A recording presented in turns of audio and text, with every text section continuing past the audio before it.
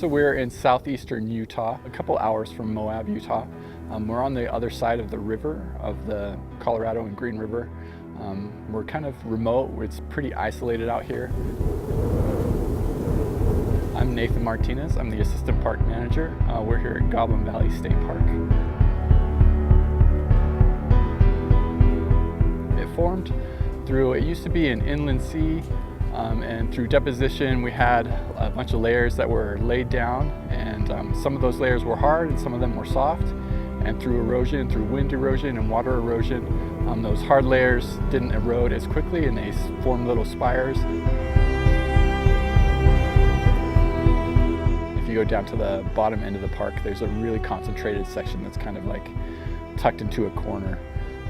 So you have to hike a little ways to get down there, but once you like come around a corner, all of a sudden it'll just pop into this really concentrated area of goblins.